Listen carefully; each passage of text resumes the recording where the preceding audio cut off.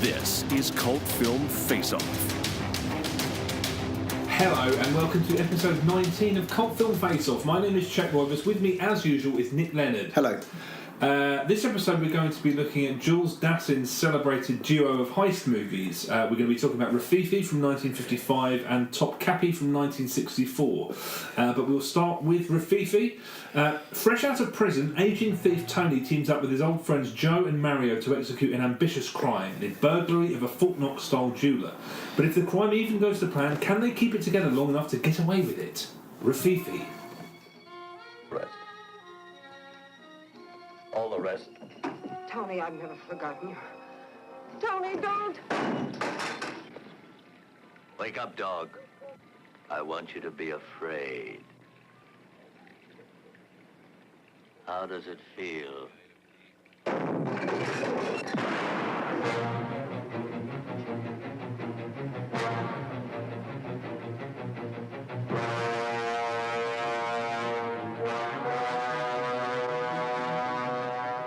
Okay, so I saw Rififi many years ago. My recollection of it was not great. Had you seen it before? Yeah, I'd seen it before, a long time ago, over 10 years ago. Did you remember much? I had a really hazy recollection of it. I remembered that there was a long section with no music. There was extremely tense, which is the actual robbery itself taking place. Everything else, I remember that as soon as the brother came on who had the smack habit, I remember that, and I do remember him having Joe having the small child. It was fragmented, but yeah.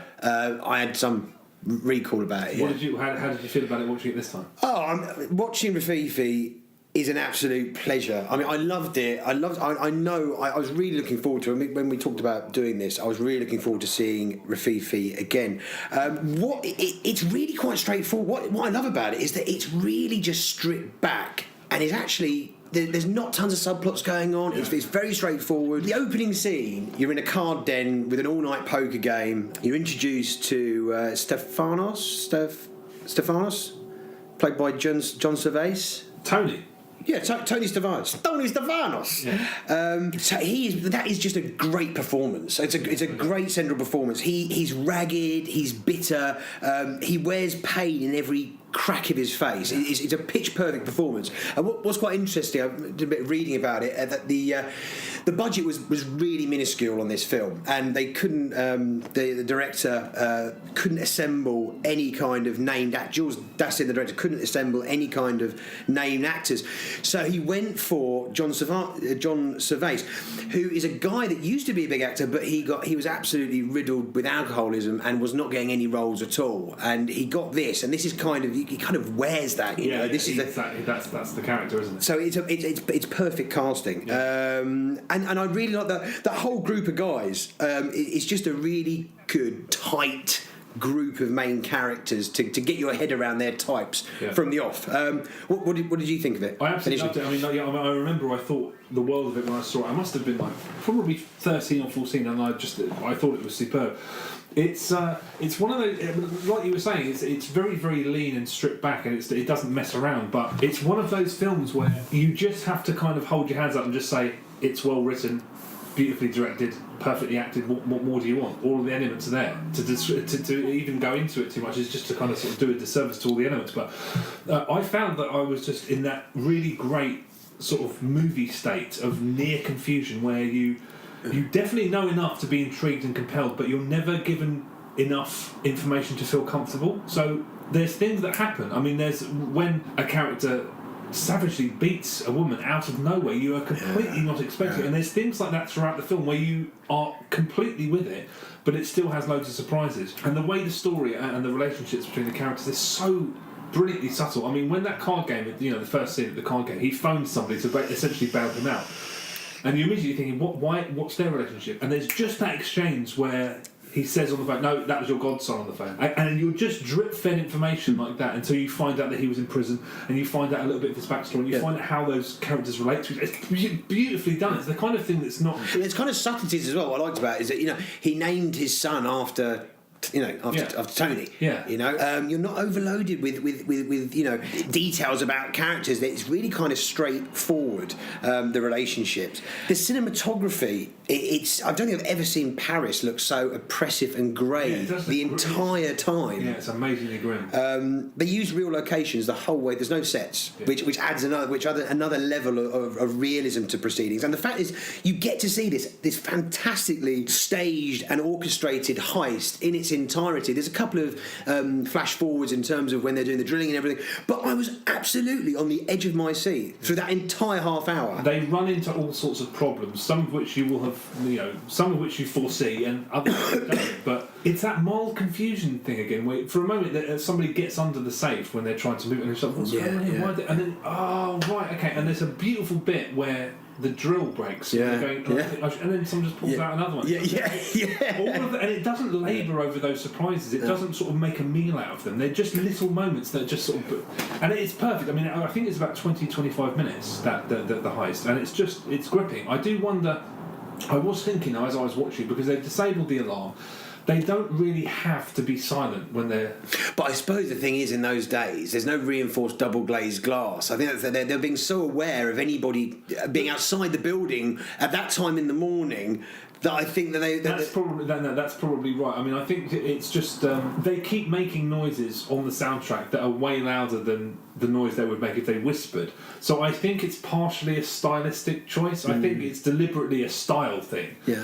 Because in its own way, the idea of those men not communicating at all is as idiotic as Reservoir Dogs, them all wearing matching suits and then meeting at that diner beforehand. I mean, they're both stylistic choices expressing. I think that just elevates though how well they're working as a team. You just think they are such a well-oiled unit, considering the fact that they've never done a job together before. And it's completely and utterly gripping. I do wonder how many versions sort of came out in the edit, because... Well, I was reading that they had, because the composer of the film sat down with the director, and the director said, "Look, I want to run this whole sequence at me," and the composer went, "Look, you'll thank me later. I'm going to compose for this high sequence." They sat down and ran through the rushes with his composed music and without it, and the composer said, "Do you know what? This doesn't need music." So it was actually the composer's idea. Really? Yeah. Did he come out with that after Jules Dassin had passed away, or is this something that... No, this is when there's no.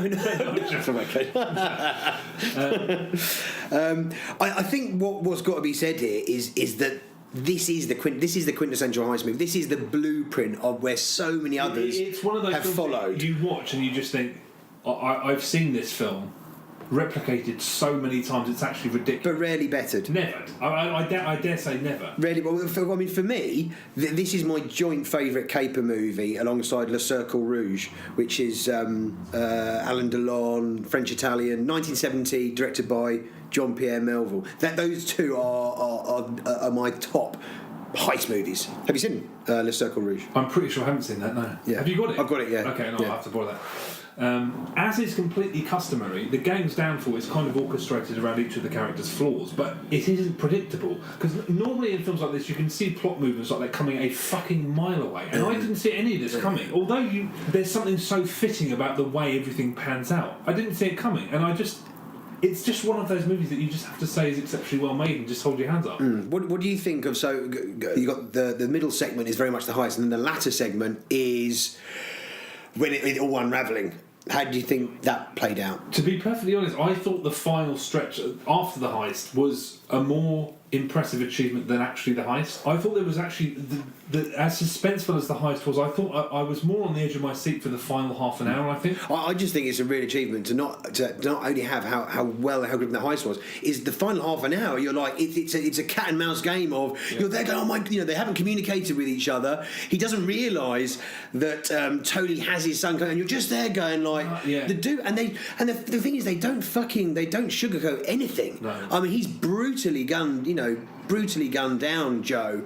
And there's a very tender moment where he sees it, and it's just I loved it. That the sequence of the son being in the car, completely oblivious to the fact that he's lost his father, speeding around Paris in this open top car with this guy's on his last legs, bleeding profusely. I was just there like I am completely wrapped up in this film. Yeah, no, I mean, I think like I said, I think the final stretch is on a par with the heist.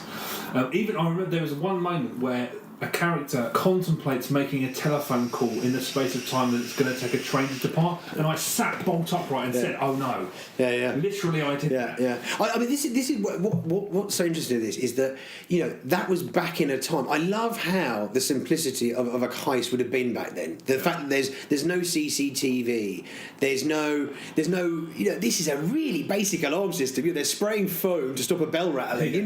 But I loved how simplistic the brass tacks of how that was. It was meticulously well organised, but just so straightforward. And it also, it's a procedural. It's like showing exactly how everything that you can think, or at the time, every problem you can sort of contemplate them running into, they show how they got around it. But there's this film. There is no there's no fist fights or anything like that. But when there are moments of violence, they're really hard hitting. Yeah. I mean, you spoke about it earlier. When he comes back and he has that, he meets his ex-girl, he meets his ex-girlfriend, and he beats her off camera with that belt. Yeah. Brutal. Yeah, when he runs up to the copper and coshes him in the back of the head. This is quite. But it's done in really hard hitting way. Yeah. The word that just kept playing, the word that I had in my mind the whole time I watched it is mean. Well, it's a mean film. Well, gritty. It's what I kept thinking gritty. It's a really gritty film. But it's about mean characters, and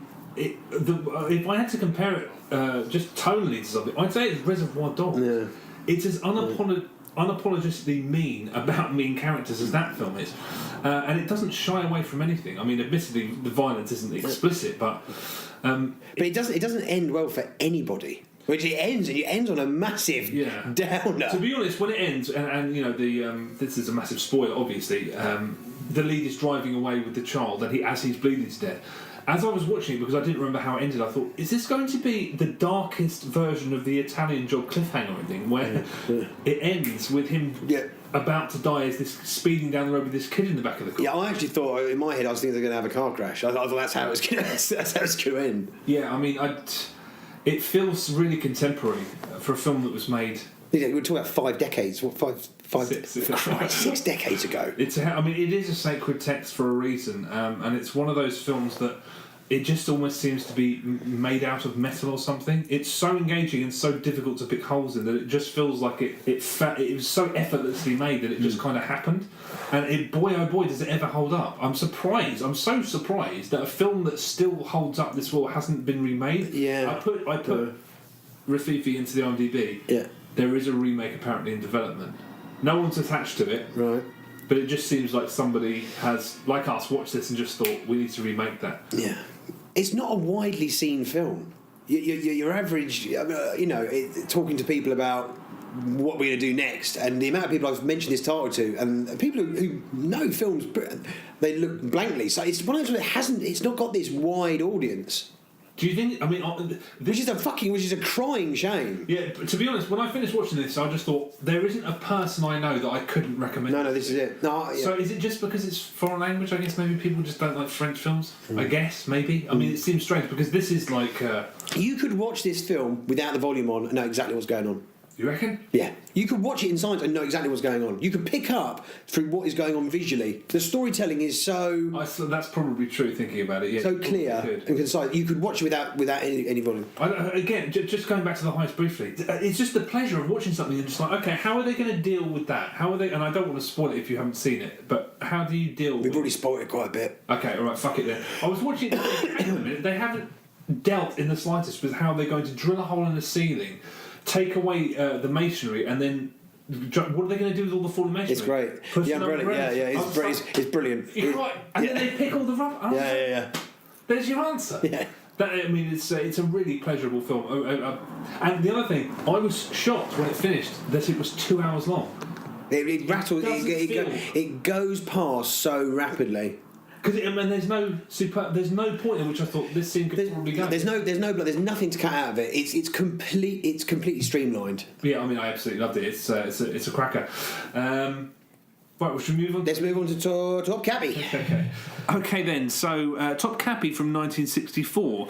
An amiable conman gets mixed up with a group of professional thieves led by the debonair Walter and the mysterious Elizabeth, and becomes haplessly involved with their plot to steal a priceless jewelled dagger from the Istanbul Museum. Topkapi.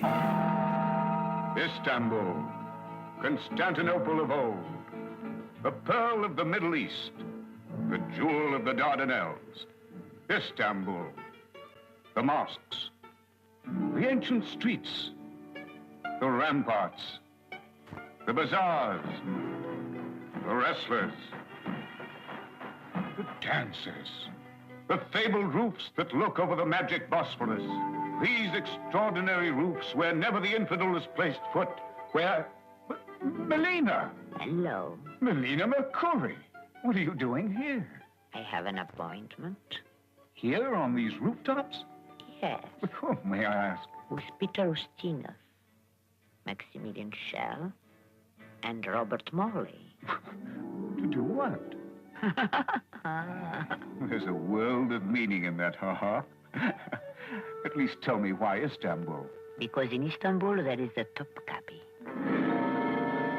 Topkapi? Topkapi? Where the Sultan's harems were? Better. Topkapi, where the treasure room is. And in the treasure room, there is a glass case. And in the glass case, there is a sultan. And on the sultan, there is a dagger. And on the dagger, there are the four most beautiful emeralds on earth. The Topkapi emeralds. But they won't be there for much longer, I hope. You're not thinking of, I can't think of anything else. Topkapi is an impregnable fortress. Those emeralds are watched day and night. In Topkapi, there are guards, policemen, the lighthouse, roadblocks, constant control, third degree, and above all, an alarm system so sensitive, it's foolproof. No, it's impossible. Can be done. That's the way it can be done. But how? By ruse? By humor? By violence? By laughter? By intelligence? By skill? By love? They are all means to the end. And believe me, we'll use them all. That will be the robbery of the century. The robbery conceived, planned, organized, prepared, rehearsed, calculated, timed to the split second, and directed by the master of thieves.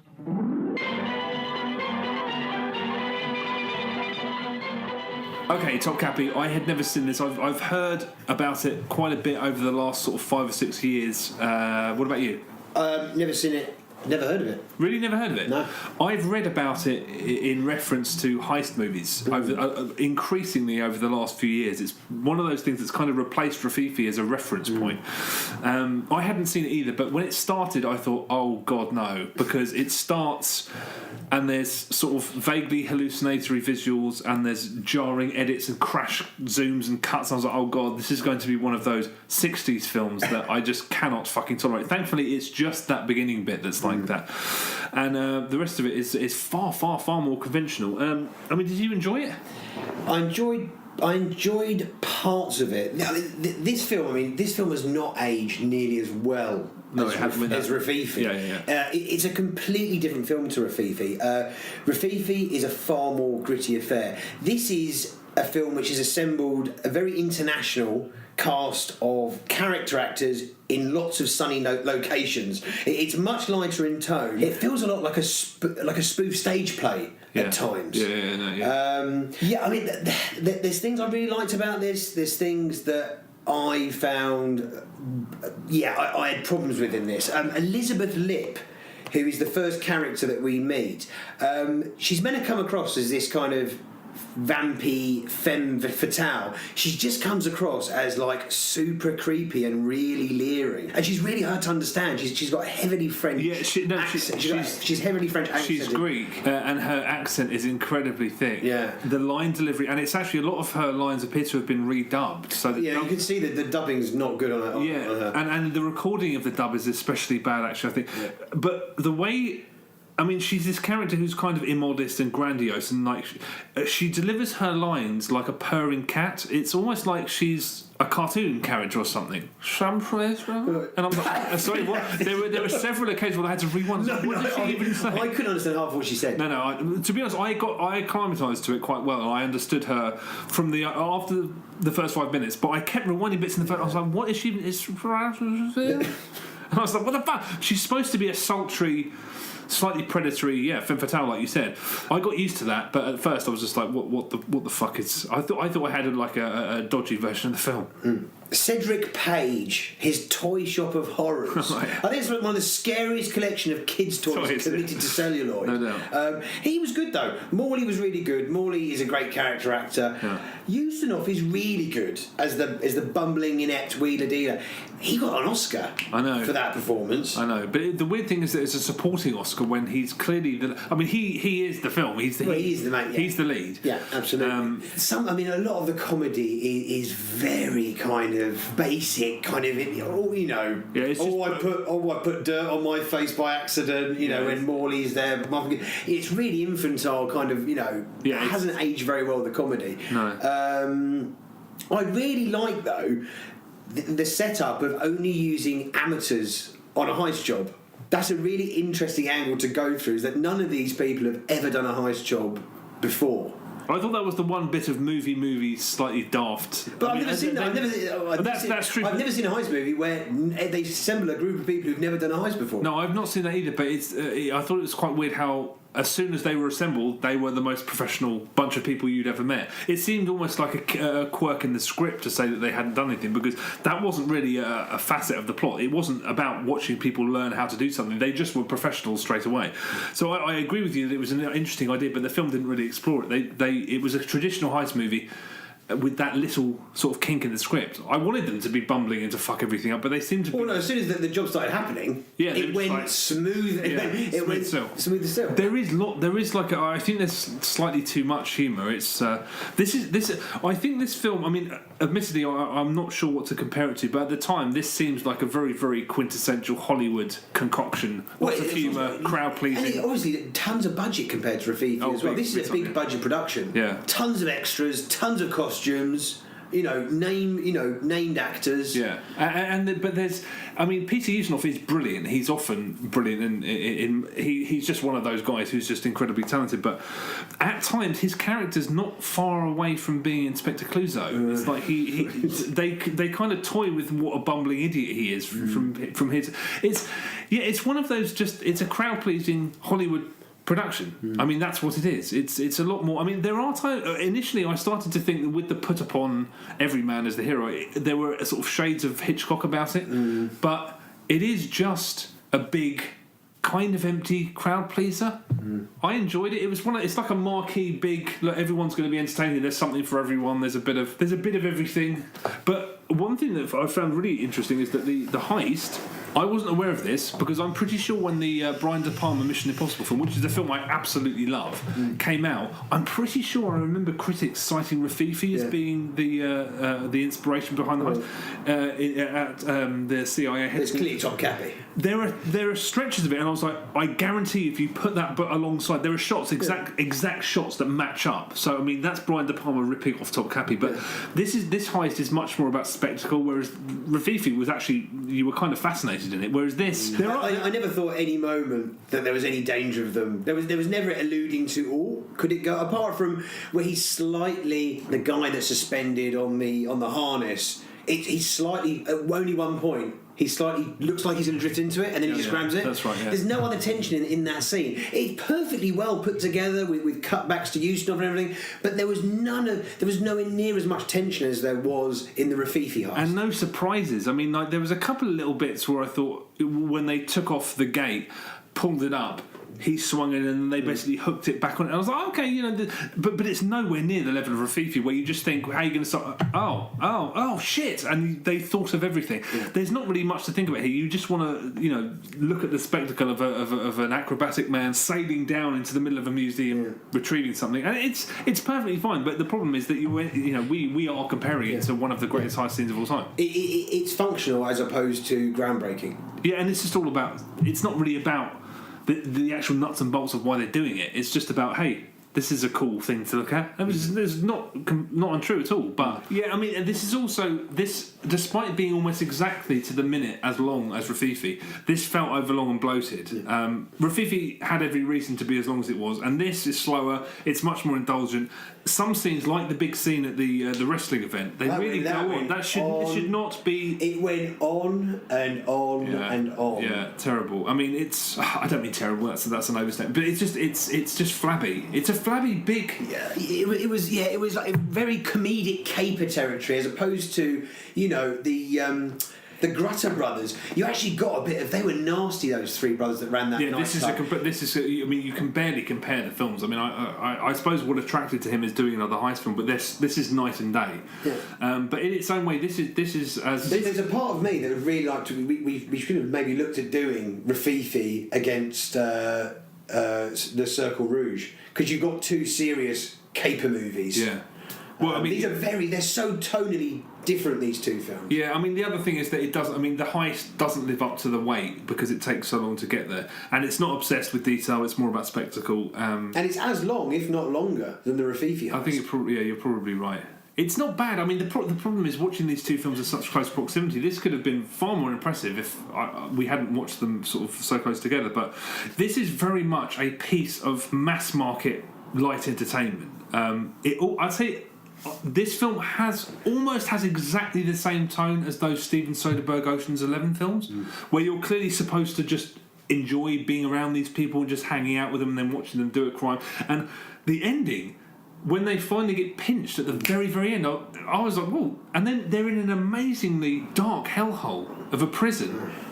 And it ends with this theoretical situation of them running through the snow in Russia trying to do another run. But they're in a horrible, horrible prison all of a sudden. That's a fucking weird ending. But the upbeat nature. Well, it just reminded me of a sort of glossy musical ending. Yeah, exactly. They're all going to break out into to singing in the snow. Everything's happy, although it appears to be like they're in a living hell.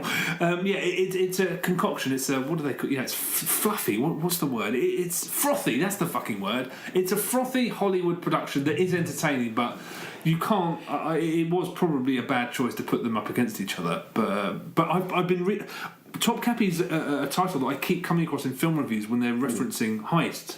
I can't remember which ones, but I enjoyed watching this. I just thought it was overlong. And kind of just the thing is it just pales when you're putting a mirror up to this and Rififi. Yeah, there's no there's some good character acting, there's some less good character acting. Usanov's really enjoyable to watch. Morley's really enjoyable to watch. The locations, I mean, you're there in these beautiful locations. It's very easy on the eye, but it is light and fluffy. Yeah, you're not supposed to remember it the week after. It's just one of those classic Hollywood productions. They still make them today. Great locations, a bunch of people who it's like fun to hang around with, a spectacular crime of some kind. They still make them today. It's Hollywood 101. It's more interesting than a lot of those films. I think the director brings something to it, and the actors, of course. But yeah, I mean, which is the better film? Well, I think it's a foregone conclusion. Topkapi, yeah. Mm-hmm. It is no contest. Rififi is the best film. So that's the end of that. Yeah. Okay, thank you very much for listening. We'll be back in a couple of weeks' time, but in the meantime, if you've enjoyed this, hit us up on iTunes, Facebook, Twitter, any of those things, YouTube as well. Reviews on iTunes really help us, as do sort of thumbs up and subscriptions on YouTube, etc. But thank you very much for listening, and we'll see you again. What he said. Cheers, laters.